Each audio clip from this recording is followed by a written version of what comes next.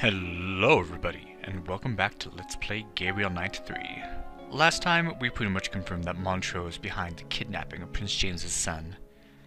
So, Gabriel's dealing with that right now. In the meantime, Grace is figuring out who's been leaving those notes, who left Les Serpents Rouge and all that. One thing I'm confused about, Estelle saw our copy and her fingerprint was on the folder, so it's assumed that it belonged to her before. Yet when she looked at it, she acted like it was a version of it that she had never seen, so why her fingerprint was on it, I don't know. Anyway, we are looking for... Bouffaine's room? Not that one. Let's see, which one is Emilio's? Who is Emilio Baza? I think I'd better find out. There we go.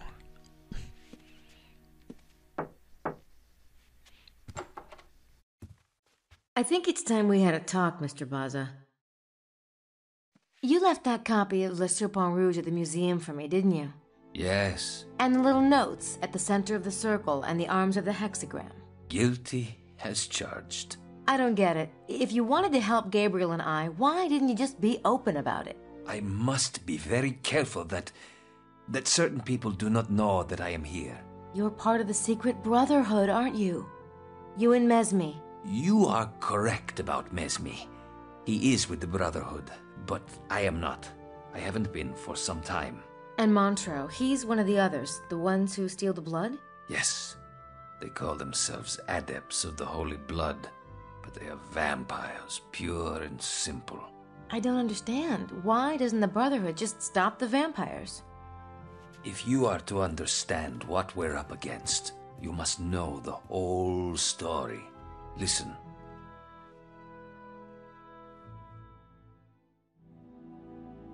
The secret brotherhood are the weavers of the bloodline. It is a process intricately linked to the stars. The birth of the Divine One, the one the Brotherhood calls the Kenosh Kenaya, can only happen during certain planetary alignments with the constellation Osiris. Just over 2,000 years ago was the last such configuration. The Brotherhood was expecting something profound. They tried frantically to read the signs and omens. There were many branches of the bloodline, even back then. One was the House of David, and it was to this branch that the signs pointed. So the Brotherhood used their influence and a bit of magic to convince the current heir, Joseph, to marry his betrothed before the date prescribed by Jewish tradition. Mary conceived. The signs for the birth were auspicious, a conjunction of two planets, Jupiter and Mercury. This created a star, a certain sign of success. But the Jewish king, Herod, heard of the birth of a Davidic heir and threatened the infant's life. The Brotherhood took the family to Egypt, and the young god was reared there, tutored in the ways of the infinite. So Jesus was the Kenosh Kenaya? Oh yes, he was what we had awaited. The open portal between man and the infinite. The one who could see the fabric of the universe and alter it at will. Wow. But he was also a Jew. Jesus insisted on studying the Torah, learning his heritage. As he read the tales, he became convinced that he was the Jewish Messiah. From the Brotherhood's point of view, it was a limited ambition, and yet who were we to tell the Divine One what he was or was not? What happened? He returned to Jerusalem. A few of the Brotherhood went with him to watch over him. What we didn't realize, perhaps because we were not Jews, was that Jesus intended to fulfill the prophecies. All of them.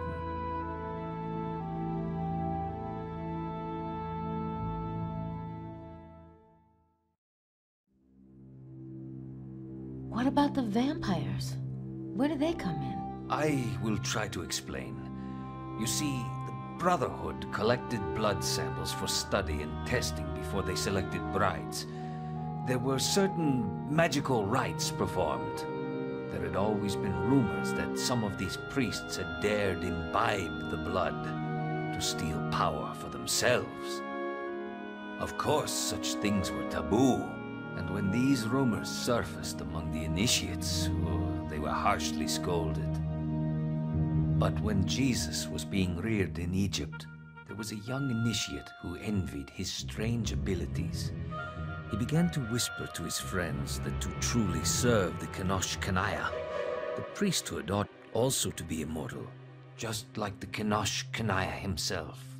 Jesus was immortal? In a sense, he could reweave the fabric of his body at will, just as he could those of others.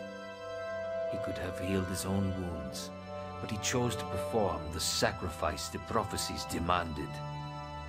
It wouldn't have been much of a sacrifice had he rescinded.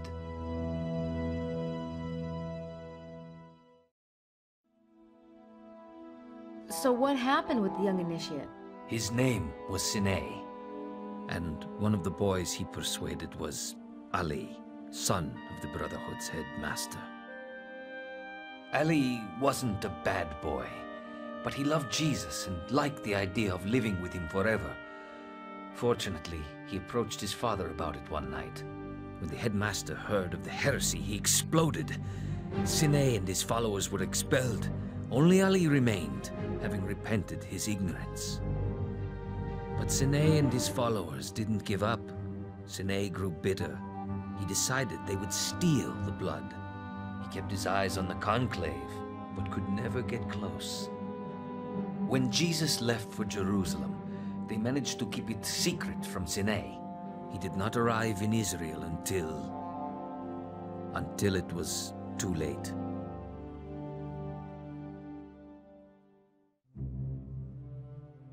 So Sine's group, the Adepts, are still after the blood. Even worse, they found it.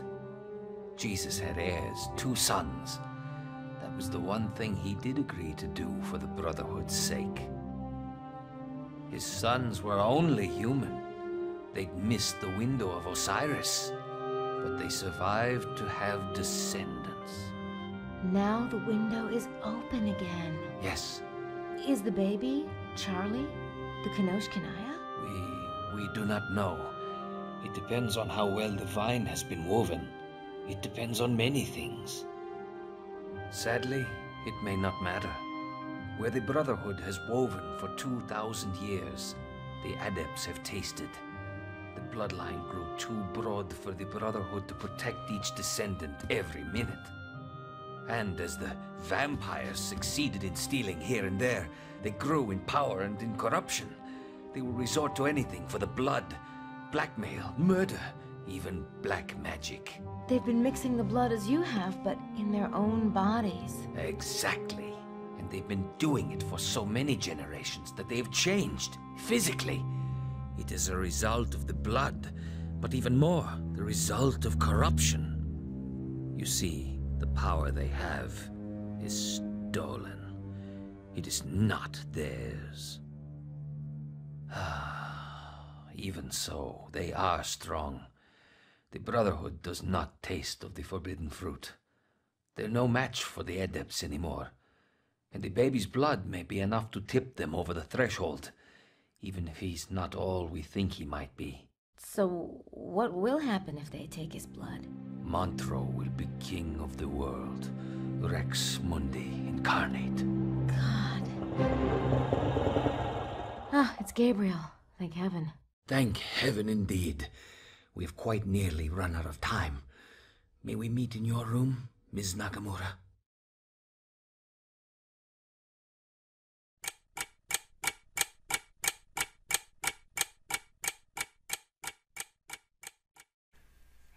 Wow, that is quite a lot to take in. So Emilio has probably been the most involved in what has been going on around here.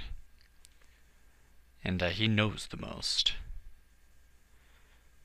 So yeah, very interesting depiction of Jesus Christ, indeed. So what happens next? So they chased me for miles. Good thing I had the Harley. God is good. Yeah, vanity works too. It's time we talked about the temple. We must reach the Holy of Holies before midnight. The temple? I've been trying to tell you. Sydney helped me find it. There will be traps to keep out the uninitiated. He means those who are not initiated into the mysteries. Gabe's read a lot of mysteries, haven't you, bud? No, my friend. The hermetical mysteries. This is why Mesme must go with you. I would go, but I dare not risk it while the adepts are down there. I'd like to go. I was hoping you would stay here with me, Grace. We can use Mesme's radio to stay in contact with the others. They may need some of your computer expertise. But... 3. 3 is the number that will best protect the group. Myself, Gabriel, and... I believe Mr. Mosley is a trained police officer? Hell yeah, I'll go. I got a gun in my room. But, there aren't really any vampires down there. Are there? A few. If I know Montreux, he will admit only his most trusted allies tonight. For such a prize as the baby, he might be challenged. His kind are not known for their loyalty. Yikes. what about the treasure? God willing, we must remove it to safer keeping. Wait a minute. This is about the kid. I'm not putting my butt on the line so you guys can get rich. It's not what you think. I assure you, the baby is the first priority for us all.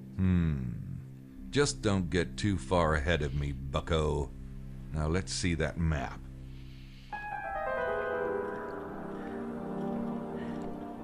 Where is this thing?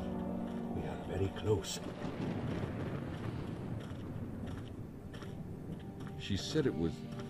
Yep, she was right. Whoa. Here goes nothing. Be careful.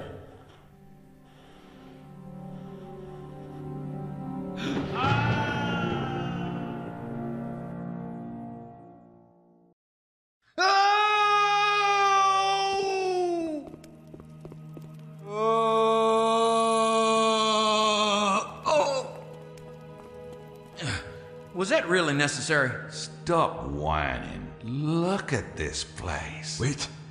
Everything here could be a trap. What? You want to lead? No, just be wary. Mosley and I will follow. Sounds good to me. Great.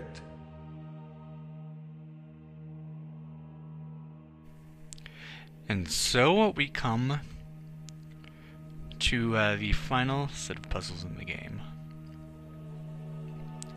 Let's check this out. Let's talk to this guy. Why do I get the feeling he knows a hell of a lot more about this than I do? I don't think this is the time for gabbing. I don't know, they could maybe I don't look as out of place as he does. Do I? give you some I advice, don't maybe? think this is the time for gabbing. Oh, well, let's, no, I'm going to save my game right now. This is a very good chance for you to save your game.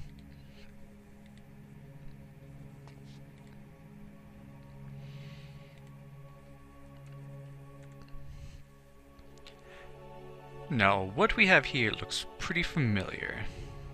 Some of the tiles have skulls on them. I don't think that's a good thing.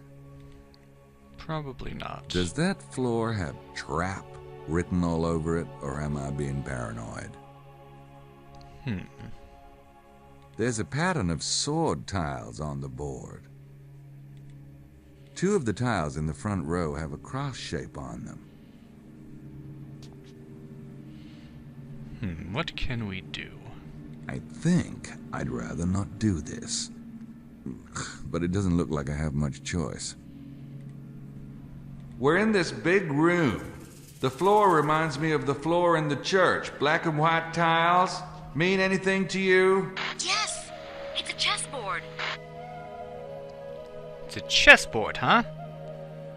Interesting. Anything else Any to more say? tidbits on the chessboard thing? How big is it? I'm about the size of a playing piece in relation to it. Then maybe you should act like one. Act like a playing piece. Okay. So, let's hop on to this thing and see what happens. Okay. Maybe, let's act like a, bishop. With these skulls. Oh!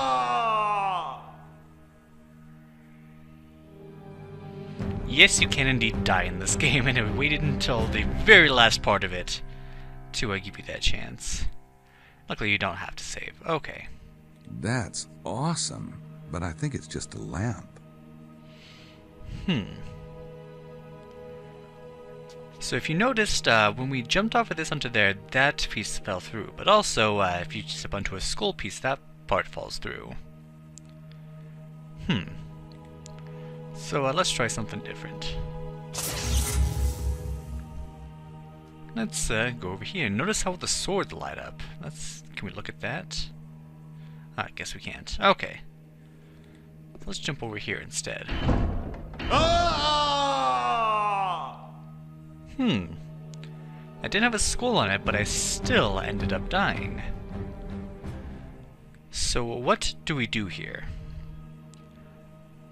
Well, it all comes back to the fact that we are a knight. Now, I don't think these crosses actually mean anything for this puzzle, so don't worry about them. But we are a knight, and we need to act like a playing piece. You notice that those swords lit up. So let's start right here. I mean, this is where the rooks usually start, but oh well. Now, if we want to move like a knight, we can move here or here. Let's move on over there. Good thing Gabriel's a good jumper. And the sword goes dark. Now, the goal here is to get on all these swords moving exactly like a knight. Now, there are multiple solutions to this. And also, you can't go back to a previous square because it collapses. But hopefully I will be able to give you a good solution to this. So let's see what we can do. Next place we can move is here.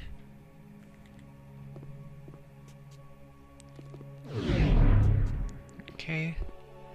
And you can, like I said, you can move to spots that don't have swords. Don't worry, it doesn't have to be a sword every time. As long as it's not a skull, and as long as you don't move to the same spot twice. Let's go over here.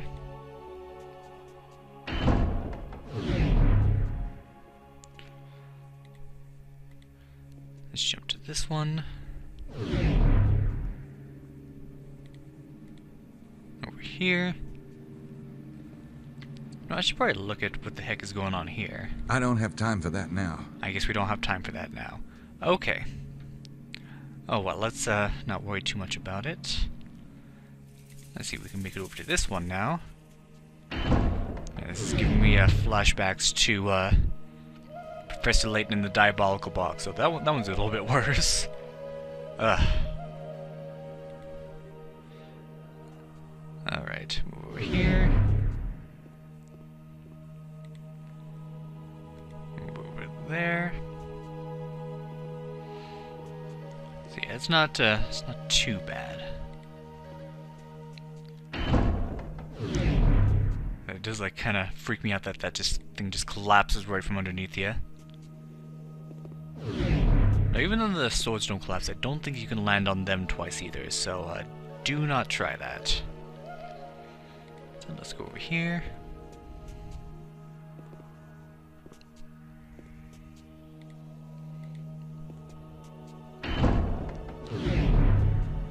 Alright, so far so good. Let's move to this one. We can get this sword down here.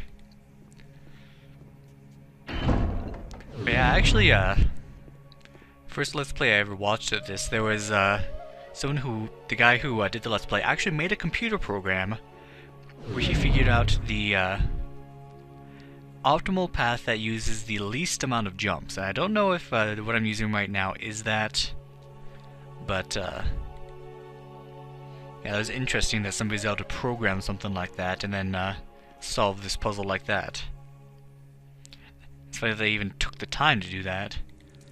It took more time to do that than to just take the extra couple jumps you might need. But oh well. Alright, so we are getting close. So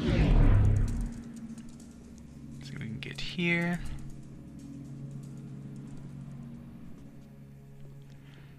We can jump here. This one's a risky one.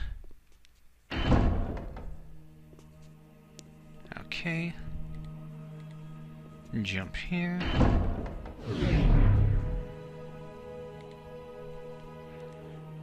Alright, almost done. We jump here. And the last one, right here.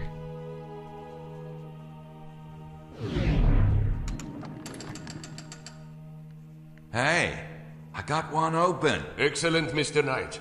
Keep moving. We'll be right behind you. Be careful, bud. Alright. So much for safety in numbers. And a pendulum. Gee, wonderful. Ooh, boy. Oh, I did not mean to do that. Okay. So we got this pendulum thing happening, and a little I don't have area time in for the that middle. now. Oh, and that can happen. Huh.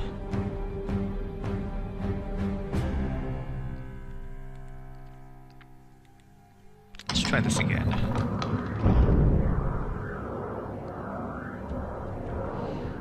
Now, it looks like that circle there is possibly where the pendulum can land. So let me see. When the circle gets there, the pendulum dissects it exactly. There's a cross there, so. But I don't think.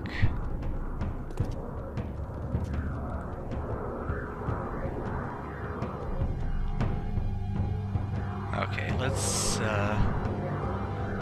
see if we can get to this middle part here. And to do that, we're going to have to jump on top of this thing before it slices us in half. So maybe we need to be on the place just before it so that we're not in the way. I can't see it that well from here. I have a feeling I'm supposed to get over there. True. Yeah, right. Anyway, let's oh crap. Can I? There we go. Alright, so pendulum's going to hit over here.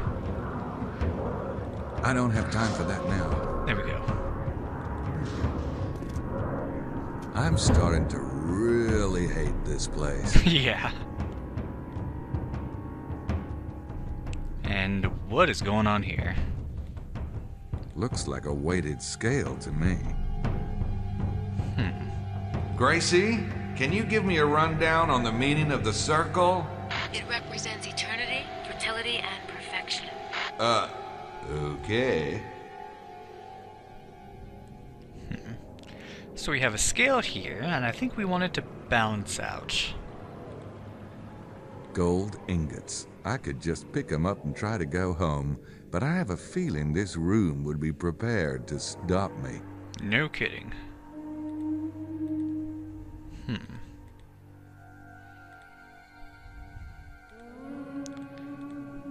Looks like a weighted scale to me. No kidding. Gold ingots. Oh, I okay. could You're just not going pick... to tell us anything else?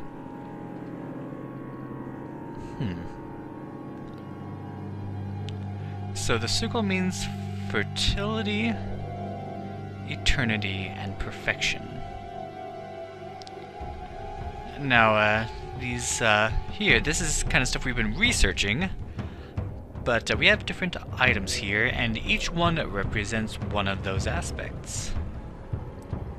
I'm going to save right now.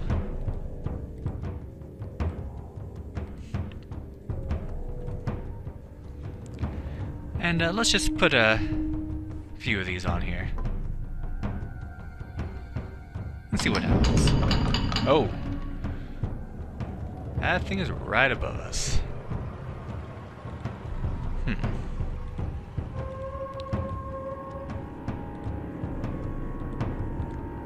For some reason I can't put the squiggly line on there.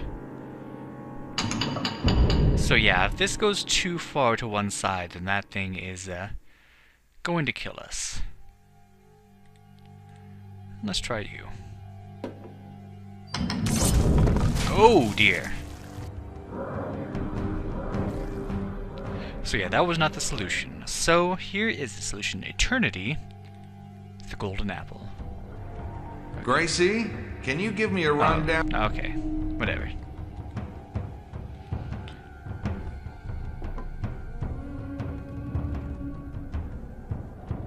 Fertility, of course, is the egg.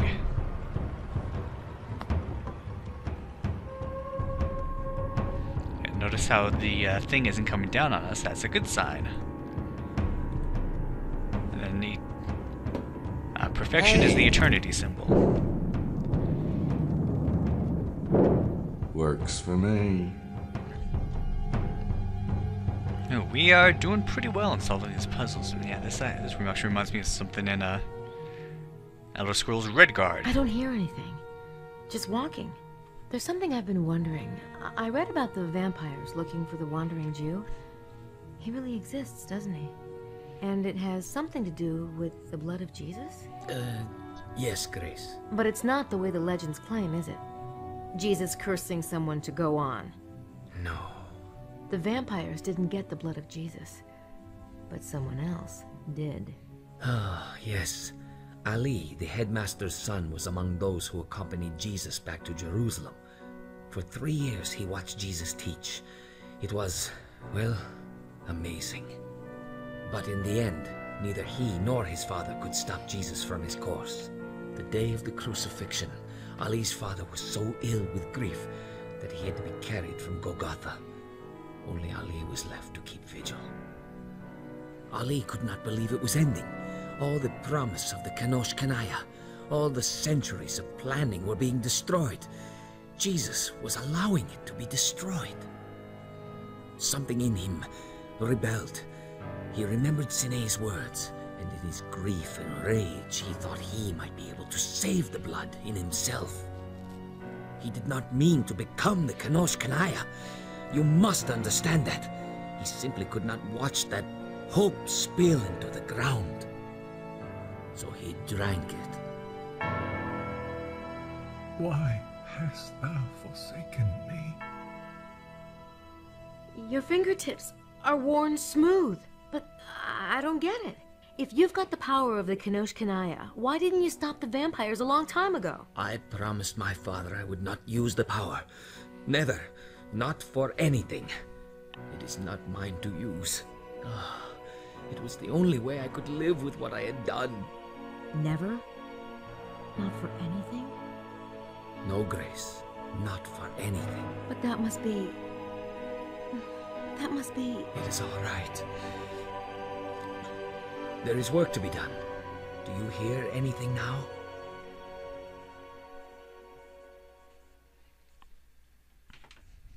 Damn it! Can we stop with the falling stuff already?